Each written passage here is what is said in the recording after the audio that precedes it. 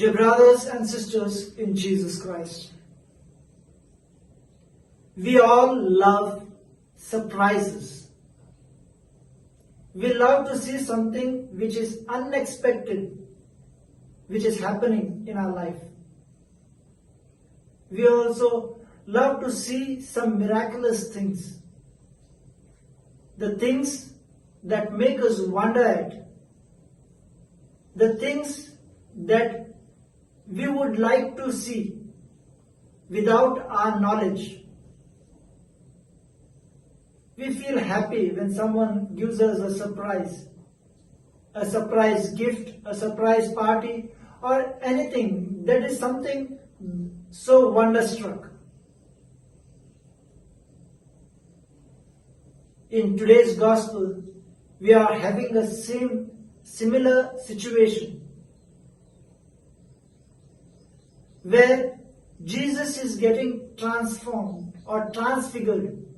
His figure changed into a dazzling white thing, where it was a surprise for his disciples, something unexpected, something new, something they never could imagine.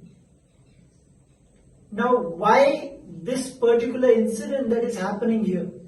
Why is this transfiguration of Jesus necessary? Why did Jesus feel like having it among those disciples? As we know, Jesus was doing many miracles, and he himself, in words, he used to tell his disciples that I have come from above, I have come from the Lord, I am going back to him, and my life is not my own, but the Father has sent me, and so forth and so on. But then, the disciples did not really understand what he was trying to say. They did not understand that it was he coming from God. He is the Son of God. This concept was not so much entered into their minds. The disciples were still thinking in the worldly manners. And then that is why Jesus decides to give them a surprise, to let them see his glory, what he will be or what he is by himself. When he reaches to the Father, what he will be like. So this vision of the future, he lets the disciples know. Disciples had seen the miracles done by Jesus, but those miracles were being done at the other person, the third party. Therefore, their faith was shallow. They did not try to understand so much Jesus. They always thought, yes, it is a power given by God, but that he himself is a God, that concept they were lacking. And that is why now Jesus takes this opportunity of showing himself, coming forward and showing himself as, see, this is my glory and I am this person. I am the Son of God. I have this power when no one on this earth is having this power. My glory is from heaven, not of the earth. To show forth this power of Christ, he transfigures himself on Mount Tabor.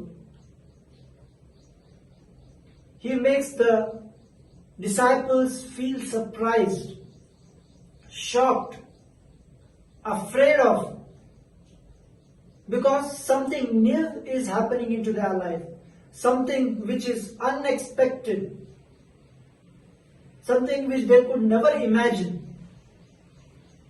And that is why this particular impression of Jesus being transfigured remained in their minds for lifetime. And that is why it has come into the Gospels. It has come into the writings, this particular incident. Because it was something new, something wonder-striking. It was something special. And that is why the disciples, every one of the disciples remembered this particular incident. And through this incident, they also believed in Jesus. Because They saw the glory that is going to be revealed. They saw God alive and active among them. And this is what Jesus actually intended that his disciples should experience. And he was successful in it. At that moment, he said, do not proclaim this or do not tell this to anyone until the day I go to my Father. Once I am away from you, or once I go to my Father, then you proclaim it. And this is how exactly the disciples follow his command. The transfiguration of Jesus is being proclaimed, being expressed by the disciples in the gospel after Jesus is going from this earth. That does not mean that Jesus is not present at the moment. He is present. He is present. But the symbol of Jesus going to the Father, the physical self of Jesus that is going to the Father, this concept has been fulfilled. And then the transfiguration of Jesus is having a meaning here. Now, when we believe in the transfiguration of Jesus, Jesus also wants to transform our lives. He wants to transform our lives from darkness to light, from sinfulness to the good life, to the righteous life, to the sinless life. He wants us to get into the people to proclaim his word. This is the message that Jesus wants to give through his transfiguration. If I am transfigured, it is by my will. I would also like you to be transfigured by my will. And if you want to be transfigured, then you need to have faith in me. You need to have belief in me. Believe in my transfiguration. Believe in my concepts of life and death. Believe in the things that I have written in the gospel or I have spoken in the gospels.